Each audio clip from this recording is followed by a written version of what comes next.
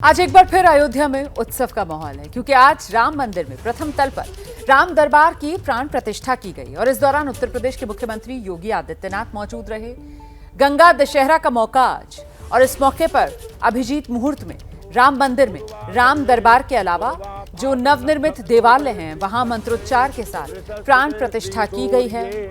देखिए, आज सबसे पहले सुबह 6:30 बजे देवताओं का यज्ञ मंडप में पूजन शुरू हुआ जो 2 घंटे तक चला। इसके बाद फिर सुबह 9 बजे से हवन शुरू हुआ और फिर प्राण प्रतिष्ठा का अनुष्ठान आज राम मंदिर में शुरू हुआ। तो 7 अन्य मंदिरों की प्राण प्रतिष्ठा वाली तस्वीरें भी आप देख रहे हैं और वहीं राम दरबार में जब प्राण प्रतिष्ठा हो रही थी जिसमें मुख्य यजमान के तौर पर योगी आदित्यनाथ खुद मौजूद थे, वो तस्वीर भी आपके सामने।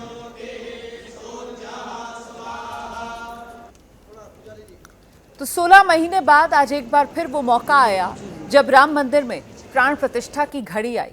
इससे पहले 22 जनवरी 2024 वो तारीख थी जब दिव्य भव्य राम मंदिर में रामलला विराजे थे और फिर आज राम दरबार की प्राण प्रतिष्ठा और 7 अन्य मंदिरों की प्राण प्रतिष्ठा।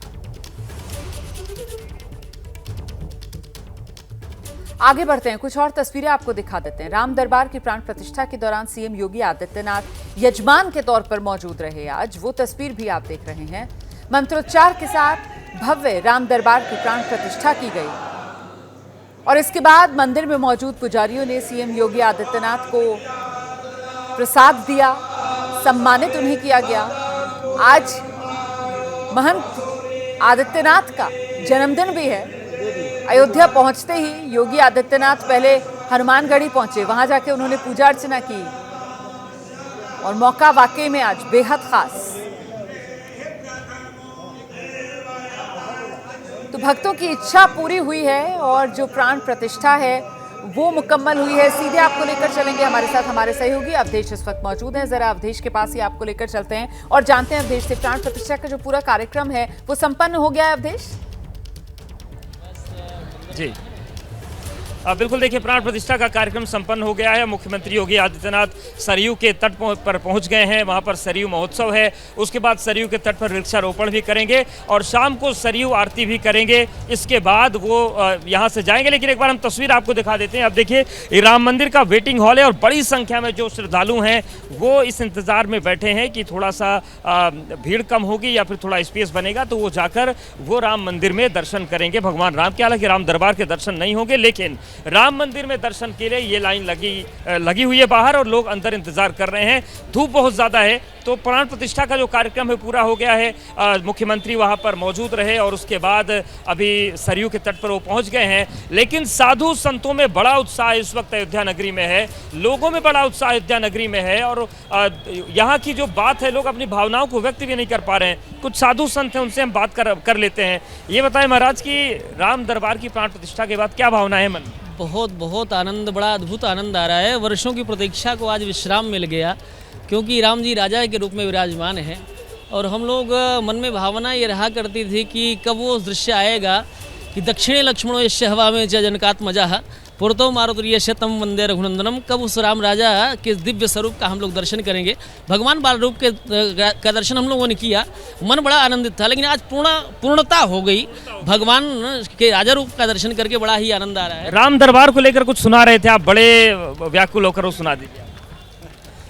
जी बहुत ही सुंदर अलौकिक जो है यह अवसर है, मंगलमय अवसर है और इस पावन तिथि को अलौकिक कहा जा सकता है। अलौकिक, अद्भुत और अविस्मरणीय और न भूतो न भविष्यति।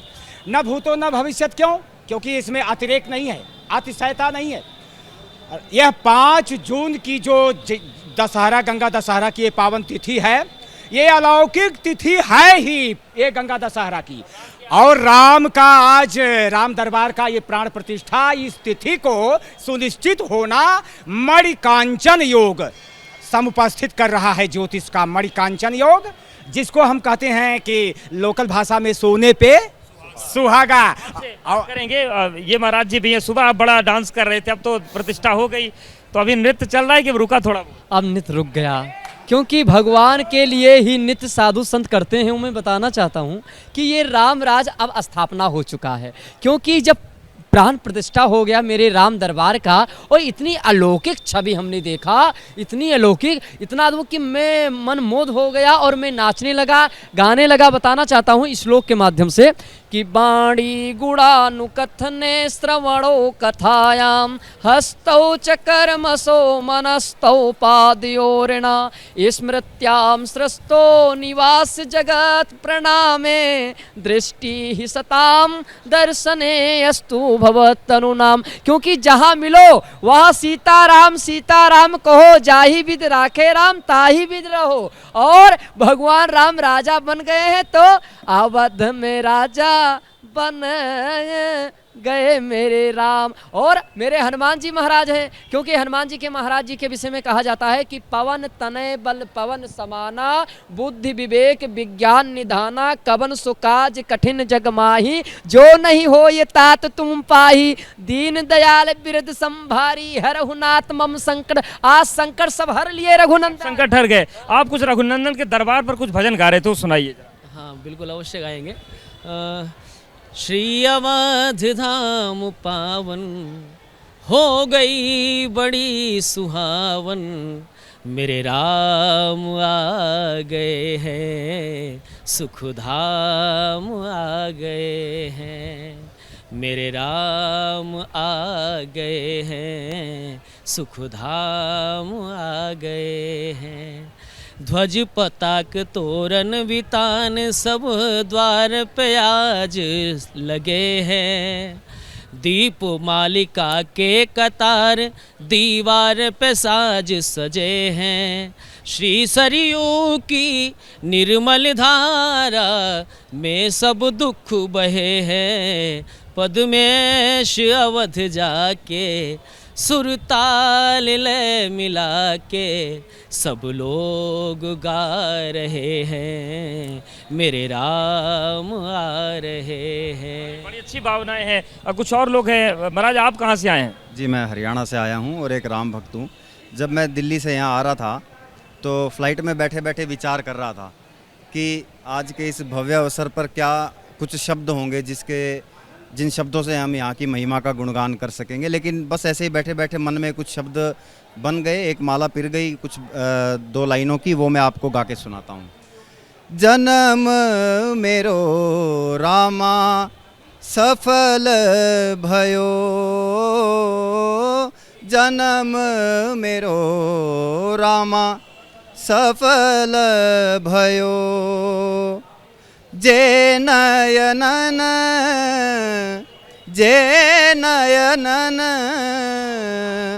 जे नयनन थारा दरस करो रामा सफल भयो, जन्म सफल भयो। जे मस्तक जे मस्तक जे मस्तक थारा चरण पड़ो रामा सफल भयो, जन्म सफल भयो। और इससे अधिक क्या कहा जा सकता है इसके विषय में? भावनाएं जो हैं वो शब्दों के रूप में निकल रही हैं और इसी तरीके की भावनाएं हैं। ये बताइए महाराज कि अब उत्सव होता है दरबार के बाद, तो अब आपके उत्सव की क्या तैयारी है? जो आपका अखाड़ा है, जो आपका जानकी महल है, तो यहाँ पर कुछ होंगे कार्यक्रम? बड़ा पूजा चल रहा है, पाठ चल रहा है, और मैं अभी नाच करके मैं गा रहा था। इस तरह 2-4 चौपाई में गा रहा हूँ।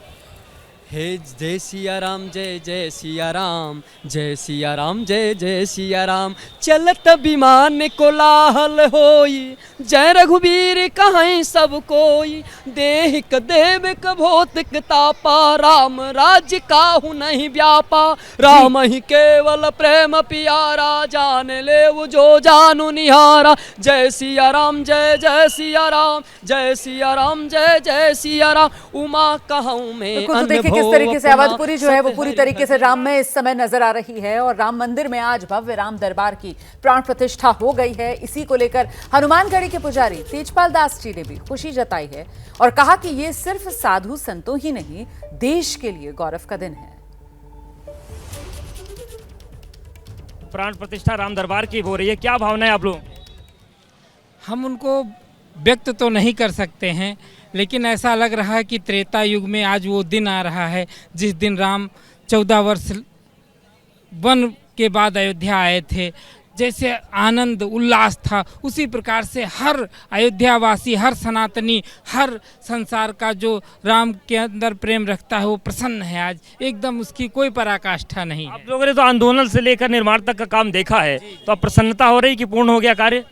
हाँ, प्रसन्नता तो हो रही है कि कार्य पूर्ण हो गया, लेकिन अभी हम चाहते हैं कि जैसे भगवान राम वैसे भगवान कृष्ण और भी जो हमारे मठ मंदिर इत्यादि जिहादियों ने तोड़े हैं उनको पुनः स्थापित किया जाए। अभी हनुमानगढ़ी मुख्यमंत्री जी गए थे, किस तरीके से पूजा हुई, क्योंकि आज जन्मदिन भी उनका? जी, मुख्यमंत्री जी को जन्मदिन की बहुत ढेर सारी बधाई शुभकामनाएं पूरे अयोध्यावासियों की तरफ से। और हनुमानगढ़ी तो उनका एक दूसरा घर है, वो अयोध्या आते हैं तो हनुमानगढ़ी जरूर जाते हैं, क्योंकि हनुमानगढ़ी से उनका आत्मीय संबंध है और वो भी रामदूत हैं। हनुमान जी भी रामदूत हैं, वो भी राम काज करते हैं, हनुमान जी भी राम काज करते हैं। इसीलिए वो हर कार्य करने के पहले हनुमान जी से आशीर्वाद लेते हैं।